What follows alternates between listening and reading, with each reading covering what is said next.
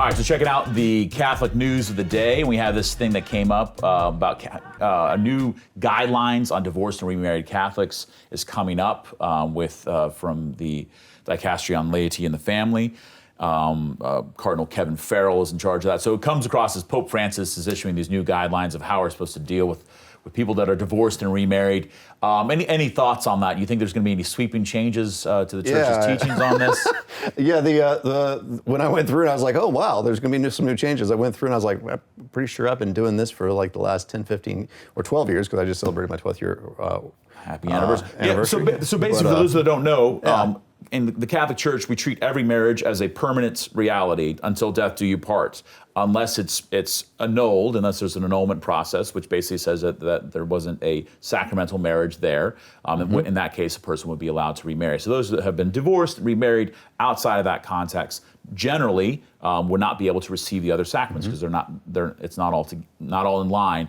Oftentimes what ends up happening, if someone really is working towards an annulment, so they're seeking to rectify the situation, and all of us have family members that have been through this, we love you. If you divorced, remarried, come to church, be a part of the church. We want you to understand that.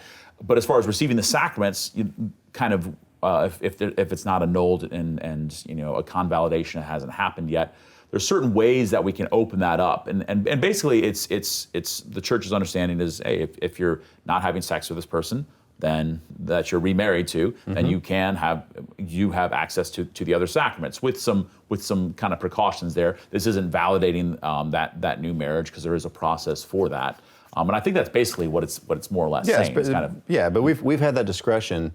We've always had that discretion as priests, and that's why we always handle marriage cases on a case-by-case basis, as we look at the general universal law, right? But then we apply the general universal law in a particular sense, and that's why there's always ways in which you can work with a couple to try to find some pathway, and that's where some of the pathways, like Pope Francis is pointing out, these have been maybe known to us as priests, but obviously as people are now reading this, then Pope Francis kind of made this known to the wider majority. Okay, no, there is actually more pathways. Like, this is not a contradiction of what's come before. Right. It's just a clarification that now, obviously, with the internet age, now that people can actually see more of the pastoral discretions that are given to pastors to help people who don't always understand the nuances of the law. And maybe people who heard things wrong. They heard they got divorced and they were told they were excommunicated, which is not true. And I think it's important for us to continue to have these conversations, because so many people have experienced the hurt and pain and shame and brokenness of divorce. And maybe they found somebody new who's an awesome person, and they're living that marriage. And then they're hearing from, maybe a pious grandma that, like, oh, you're divorced, you can't be Catholic, all these sorts of things. That is not true. You're still Catholic.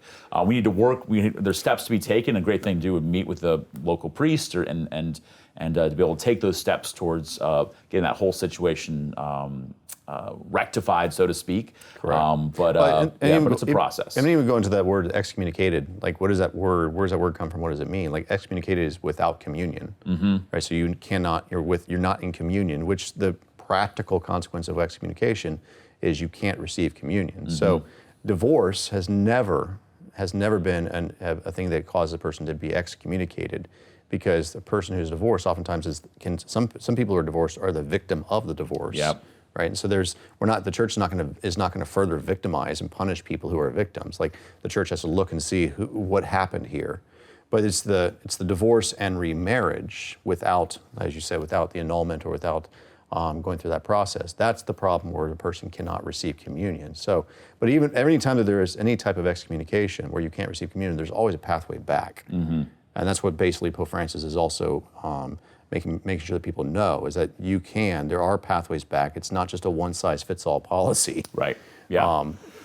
Because, and the reason is always because of the importance of marriage. And I think that's the importance of marriage and the importance of the other sacraments too. We got to hold those, and sometimes there's a tension there in the brokenness of this world. But every single person is still loved by God, is still part of the church. And I know some of the holiest people that I know are in a situation where they can't receive communion, but they still come faithfully to Mass. They're an essential part of the parish. They do great things.